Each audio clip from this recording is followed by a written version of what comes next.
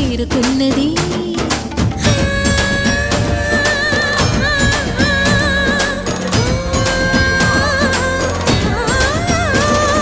భవుని భువికి తరలించేలా, ధరణి దివిని తలపించేలా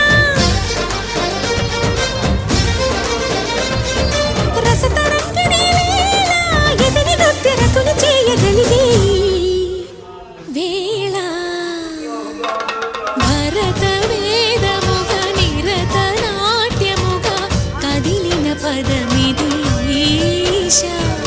శివని వేదనగా వని వేదనగా పలికెను పదము పరేశ.